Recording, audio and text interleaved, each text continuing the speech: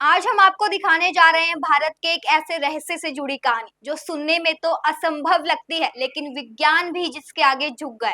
नमस्कार, मैं नीलम चौधरी, आप देख रहे हैं नेक्स्ट जेन पॉडकास्ट। कहते हैं भारत मंदिरों की भूमि है, जहां हर पत्थर में आस्था है और हर दिशा में कोई ना कोई चमत्कार छुपा है।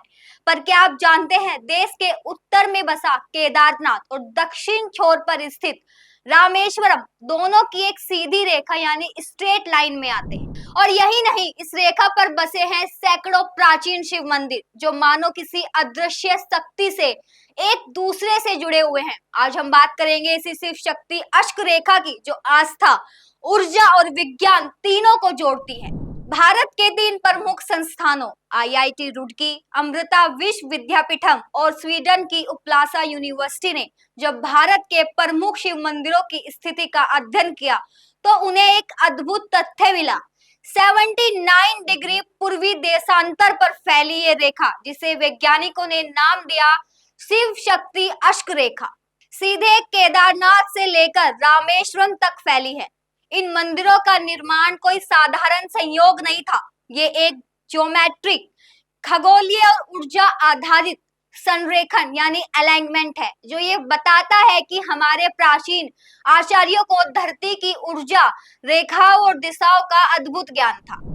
आईआईटी रुड़की के निर्देशक प्रोफेसर कमल किशोर पंत ने बताया कि ये अध्ययन इस बात का प्रमाण है कि प्राचीन भारतीय ज्ञान और आधुनिक विज्ञान एक दूसरे के पूरक हैं।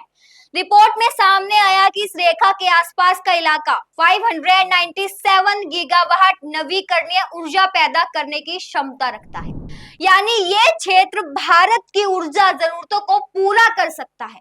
साथ ही यही जमीन इतनी उपजाऊ है कि ये देश की 44 मिलियन टन चावल की जरूरत पूरी कर सकती है। यानी जहां हमारी आस्था कहती है ये भूमि पवित्र है, वही विज्ञान भी मान रहा है ये भूमि शक्तिशाली है।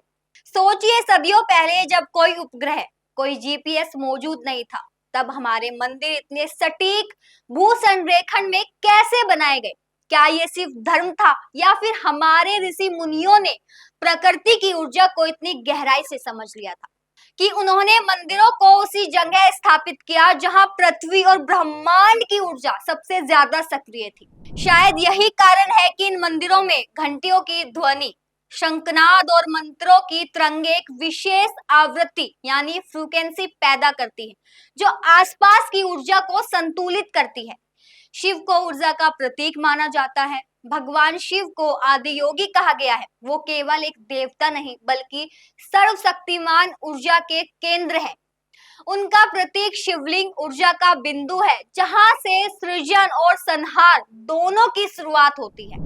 और जब हम इन सभी शिवालयों को एक सीधी रेखा में पाते हैं तो ये केवल स्थापत्य का चमत्कार नहीं बल्कि उस ऊर्जा के प्रवाह का प्रमाण है जो हिमालय से सागर तक निरंतर बहती है।